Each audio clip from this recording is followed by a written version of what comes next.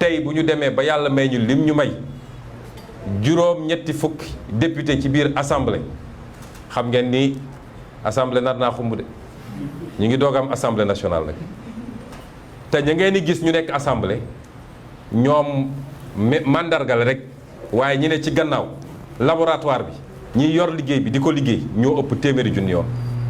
moo tax assemblée bii dinañu xam ni assemblée am nañ ko dinañu xam lan la assemblée di jëriñ moo tax man biñ ci génnee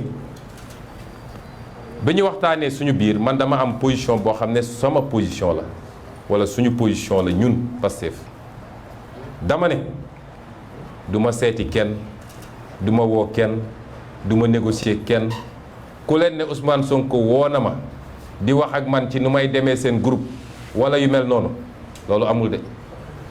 man yëfu tàppale yu bokkuma ci kenn ku ne da ngaa demoon dajeek askan wi ne man opposant la woteel leen ma ba askan wi xëy am lu mu la jox bëri na néewul am na lu la askan wi jox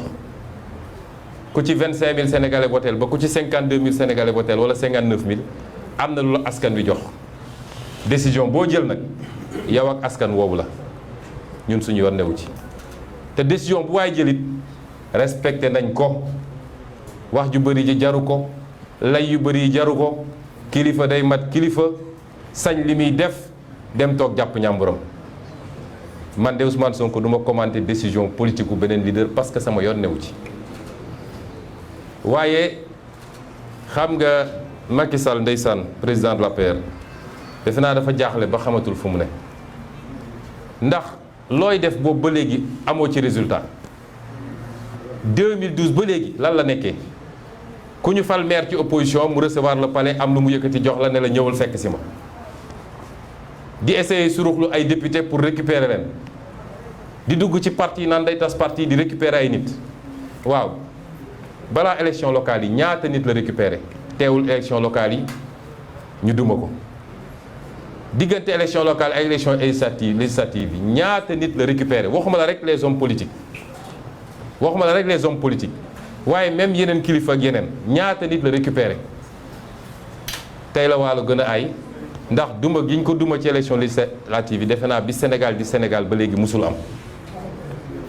kon ku yaakaar ni jël nga benn nit foog ni yóbbu nga ay nit ñu bëri yow benn nit boobu rek nga yóbbu woo juróomi nit yu wër nit kooku moo tax loolu amul solo li am solo mooy